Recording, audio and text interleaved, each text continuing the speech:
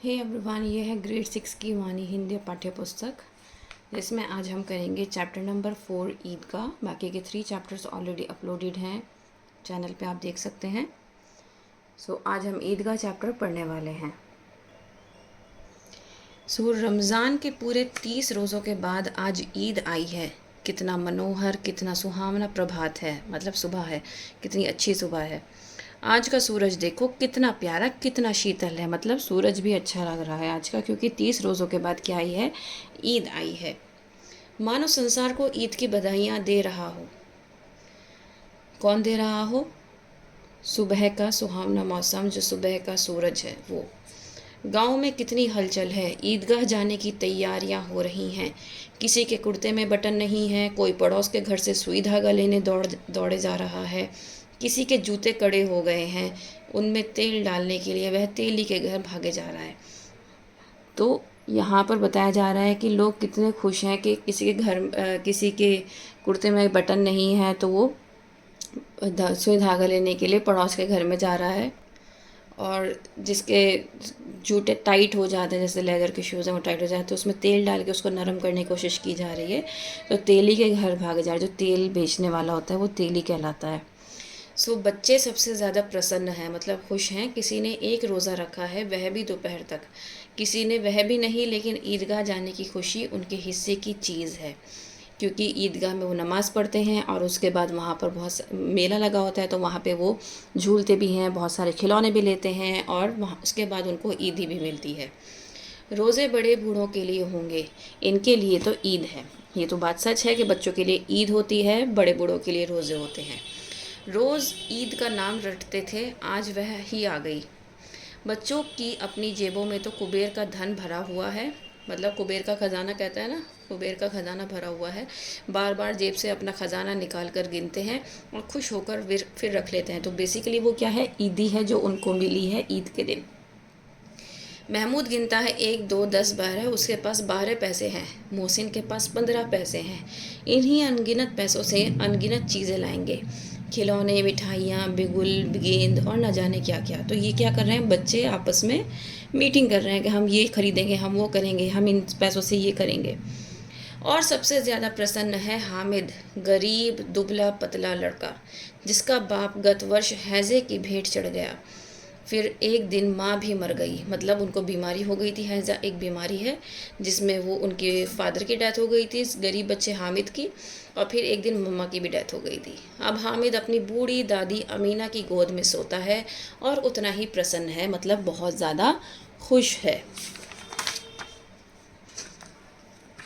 हामिद के पाँव में जूते नहीं हैं, सिर पर एक पुरानी सी टोपी है। तो हामिद क्योंकि गरीब घर का बेटा है, तो उसके पाँव में जूते नहीं हैं और सिर पे एक टोपी है जिसका गोटा काला पड़ गया है। मतलब वो जो उसका गोटा है, वो जो उसकी बेल, गोटा अगर मैं कहूँ तो बेल की तरह होता है, जो लेस लगाई जाती है, वो काली पड़ गई है। फिर भी वह बहुत खुश है।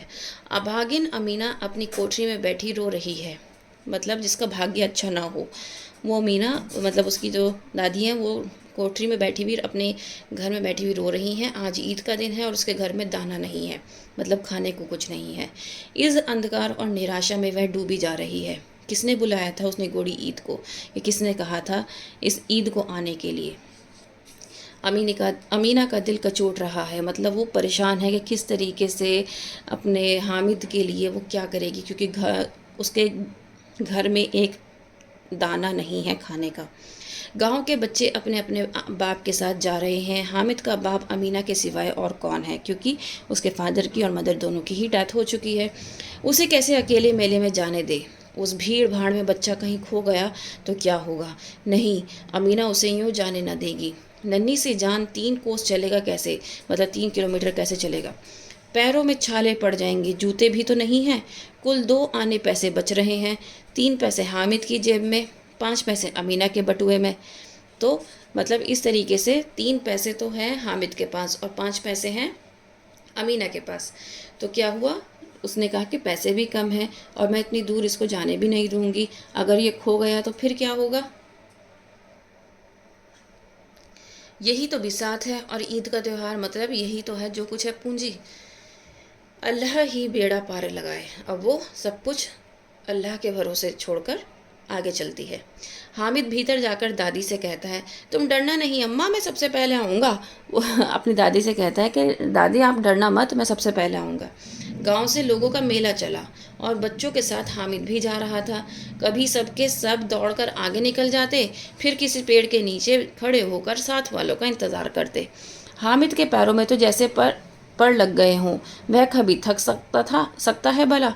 मतलब वो इतना अच्छा लग रहा था उसको, मतलब वो इतना खुश था, वो इतनी तेज़ भाग रहा था, ऐसा लग रहा था जैसे उसके पैरों में पड़ लग गए हों।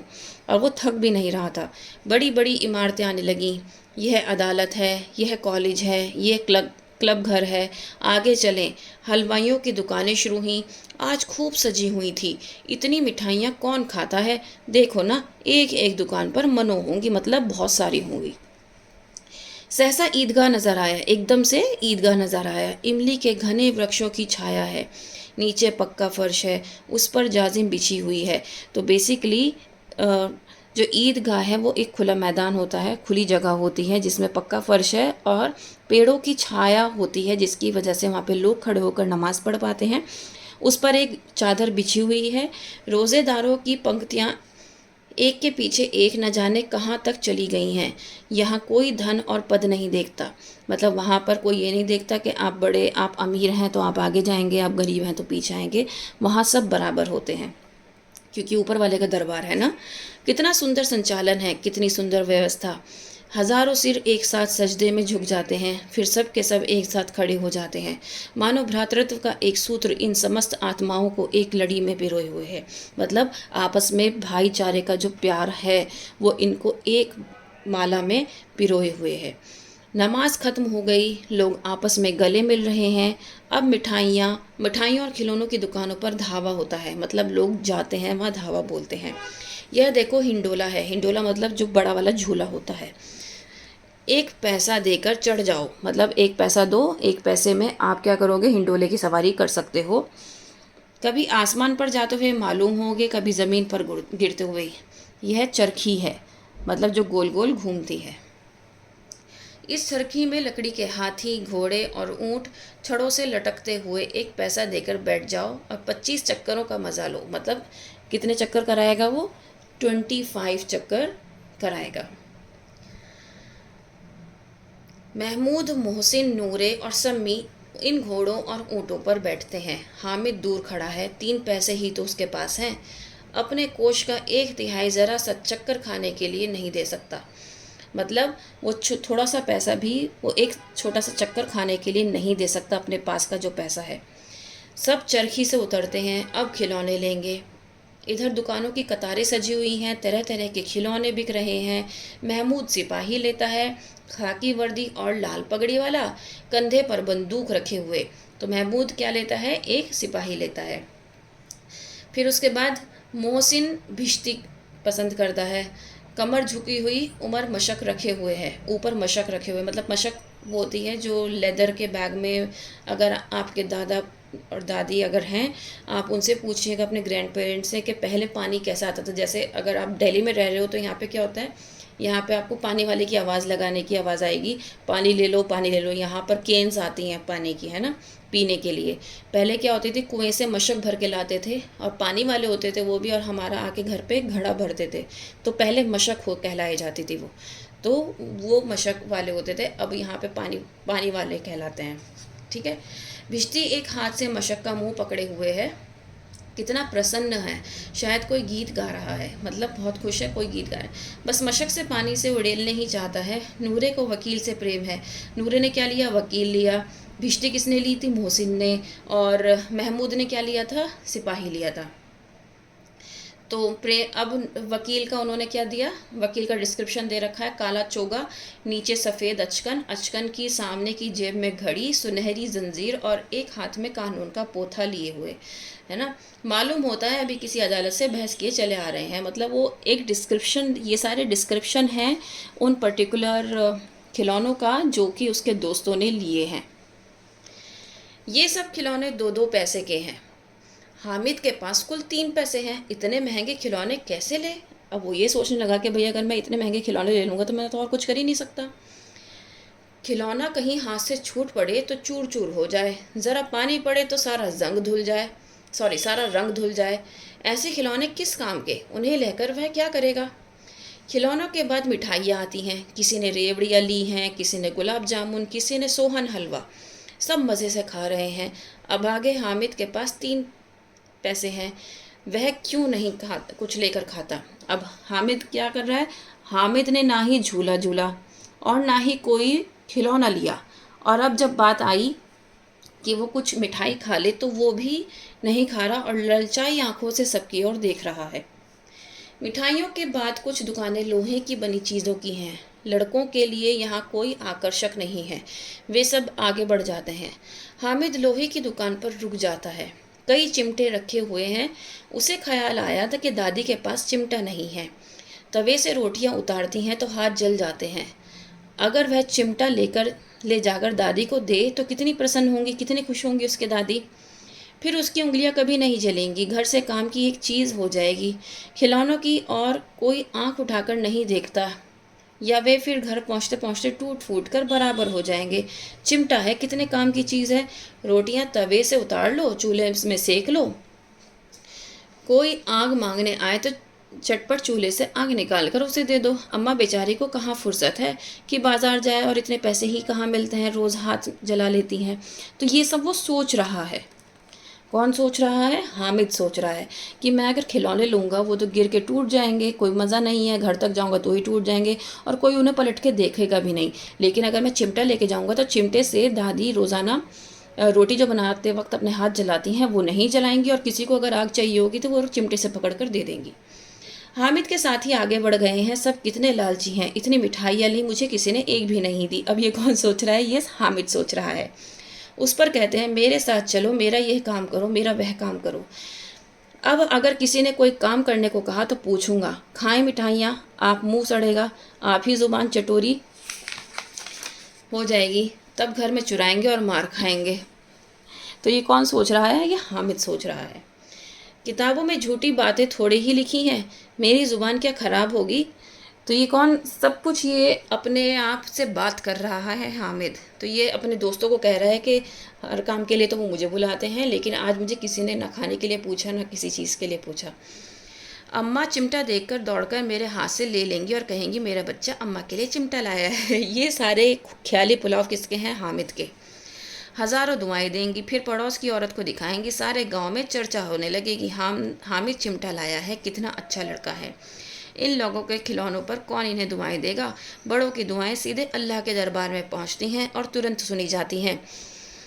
मेरे पास पैसे नहीं है तो क्या, मैं गरीब से ही किसी से कुछ मांगने तो नहीं जाता। तो ये सब कौन सोच रहा है, ये सब हामिद सोच रहा है। हामिद चिमटे की दुकान पर दुकानदार से पूछता है, ये चिमटा के पैसे क्या है, कै पैसे का है, कितने पैसों का है। 6 पैसे लगेंगे। हामिद का दिल बैठ गया, फिर भी बोला ठीक ठीक बताओ, ठीक ठीक 5 पैसे लगेंगे, लेना हो तो लो, नहीं तो चलते बनो। ये किसने बोला, दुकानदार ने। हामिद ने कलेजा मजबूत करके कहा 3 पैसे लोगे, और वह आगे बढ़ गया कि दुकानदार की घुड़कियाँ ना सुने, ताकि वो मतलब जो दुकानदार जो बोले वो ना सुने, इसलिए वो कह के आगे बढ़ गया। लेकिन दुकानदार ने घुड़कियाँ नहीं दी, उसने बुलाकर चिमटा दे दिया। हामिद ने उसे इस तरह कंधे पर रखा मानो बंदूक हो। फिर शान से अकड़ता हुआ संगियों के पास आया, मतलब अपने जो उसके फ्रेंड्स थे उनके पास आया। मोहसिन ने हंसकर कहा, यह चिमटा क्यों लाया बुद्धू, इसका क्या करेगा। हामिद ने चिमटे को ज़मीन पर पटक कर कहा, ज़रा अपना भिश्ती तो ज़मीन पर गिरा कर दिखाओ, सारी पसलियाँ चूर चूर हो जाएंगी बच्चों की। क्योंकि उसने अपना, हामिद ने क्या किया, चिमटा नीचे गिराया, उसको तो कुछ भी नहीं हुआ, लेकिन अगर वो अपना बश्ती नीचे गिराता तो वो टूट जाता। महमूद बोला, तो क्या यह चिमटा कोई खिलौना है। हामिद बोल पड़ा, खिलौना नहीं है क्या, अभी कंधे पर रखा बंदूक हो गई, हाथ में लिया फ़कीरों का चिमटा हो गया। एक चिमटा जमा दूँ तो तुम लोगों के सारे खिलौने की जान निकल जाए। तुम्हारे खिलौने कितना ही जोर लगाएं, मेरे चिमटे की बाल भी बांका नहीं बिगाड़ सकते। बहादुर शेर है मेरा चिमटा। चिमटे ने सभी को मोहित कर लिया, लेकिन अब पैसे किसके पास धरे हैं। फिर मेले से दूर भी तो निकल आए हैं, धूप तेज़ हो रही है और घर पहुंचने की जल्दी है। बड़ों से ज़िद करें तो भी चिमटा नहीं मिल सकता। हामिद है बड़ा चालाक, इसीलिए उसने अपने पैसे बचा कर रखे थे। मोहसिन ने कहा, ज़रा अपना चिमटा दो, हम भी देखें, तुम यह भिश्ती लेकर देखो। तो ये कौन, किसने बोला? ये मोहसिन ने। महमूद और नूरे ने भी अपने अपने खिलौने पेश किए। हामिद को इन शर्तों को मानने में कोई आपत्ति नहीं थी, क्योंकि हामिद को भी खेलने को एक बार को मिल गया था। चिमटा बारी बारी से सबके हाथ में गया और उनके खिलौने बारी बारी से हामिद के हाथ में आए। कितने खूबसूरत खिलौने थे। रास्ते में महमूद को भूख लगी, उसके पिता ने केले खाने को दिए। महमूद ने केवल हामिद को अपना साथी बनाया, उसके अन्य मित्र मुंह ताकते रह गए। यह उस चिमटे का प्रभाव था। 11 बजे सारे गांव में हलचल मच गई कि मेले वाले लौट आए। मोहसिन की छोटी बहन ने दौड़कर भिश्ती उसके हाथ से छीन लिया और मारे खुशी के ऐसे उछली कि मियाँ भिश्ती धड़ाम से नीचे गिर पड़े। देखते ही देखते मियाँ भिश्ती सुरलोक सिधार गए, मतलब वो टूट गया। वो इतनी बहन उसकी इतनी ज़ोर से कूदी कि वो भिश्ती भी उसके हाथ से गिर गया। मियाँ नूरे के वकील का अंत इससे ज़्यादा गौरव में हुआ। वकील ज़मीन पर या ताक पर तो बैठ नहीं सकते। दीवार में 2 खूंटियाँ गाड़ी गईं, उन पर लकड़ी का एक पटरा रखा गया। पटरे पर कागज़ का एक कालीन बिछाया गया। वकील साहब राजा भोज की भांति सिंहासन पर बिराजे। बांस का पंखा आया और नूरे हवा करने लगे। मालूम नहीं पंखे की हवा से या पंखे की चोट से वकील साहब स्वर्गलोक से मृत्युलोक में आ पहुंचे और उनके माटी का चोला माटी में मिल गया। मतलब वो ऊपर से नीचे गिरा तो वो टूट गया। अब मियाँ हामिद का हाल सुनिए। अमीना उसकी आवाज़ सुनते ही दौड़ी और उसकी गोद में उठाकर प्यार करने लगी। सहसा उसके हाथ में चिमटा देखकर वह चौंकी। अमीना बोल पड़ी, यह चिमटा कहाँ से लाया? मैंने मोल लिया है। क्या पैसे में? 3 पैसे में दिए। ये किसने पूछा कितने पैसे में? उसकी दादी ने। अमीना ने छाती पीट ली। ये कैसा बेसमझ लड़का है कि दोपहर हुआ, कुछ खाया ना पिया, लाया क्या चिमटा। बोली, सारे मेले में तुझे और कोई चीज़ नहीं मिली जो ये लोहे का चिमटा उठा लाया? हामिद ने अपराधी भाव से कहा, तुम्हारी उंगलियां तवे से जल जाती थी इसलिए मैंने लिया। अमीना का क्रोध तुरंत स्नेह में बदल गया, मतलब वो एकदम से गुस्से से प्यार में भर उठी। अमीना का क्रोध तुरंत स्नेह में बदल गया। बच्चे में कितना त्याग, कितना सद्भाव और कितना विवेक है। मतलब वो देखने लगी कि उसने अपनी इच्छाओं का त्याग किया कि लोग जो उसके साथ के बच्चे थे वो खिलौने खरीद रहे थे, वो झूले में झूल रहे थे, वो मिठाइयाँ खा रहे थे, और उसने ये सब चीज़ें ना लेते हुए अपनी दादी के बारे में सोचा कि उनके हाथ जलते हैं तो मैं चिमटा ले लूँ। दूसरे को खिलौने लेते और मिठाई खाते देखकर इसका मन कितना ललचाया होगा। वहाँ भी इसे अपनी दादी की याद बनी रही।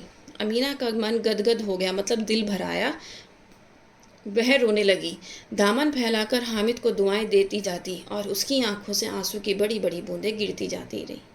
मतलब वो क्या करती थी, हामिद को फिर उसने इतनी दुआएं दी कि मतलब वहाँ पे सब बच्चों के साथ गया, सब बच्चों ने वहाँ खाया पिया होगा, वहाँ पे झूला होगा। तो ये मतलब उस टाइम भी उसको दादी का ख्याल था, उसको ये नहीं था कि मैं थोड़े से मज़े कर लूँ। तो ये मुंशी प्रेमचंद की कहानी थी और ये बहुत फेमस स्टोरी है, बहुत अच्छी स्टोरी है। इस स्टोरी के ऊपर डांस इंडिया डांस में एक एक्ट हुआ था, लेकिन वो बहुत ही अमेजिंग एक्ट था क्योंकि इस स्टोरी को ट्विस्ट करके वहाँ पर दिखाया गया था। अगर आपने वो ना देखा हो तो वो ज़रूर देखिएगा। और ये स्टोरी मुझे बेहद पसंद है। आपको भी अगर बहुत पसंद है तो कमेंट में ज़रूर बताइएगा। फिर मिलते हैं एक नई वीडियो में। That's all, thank you.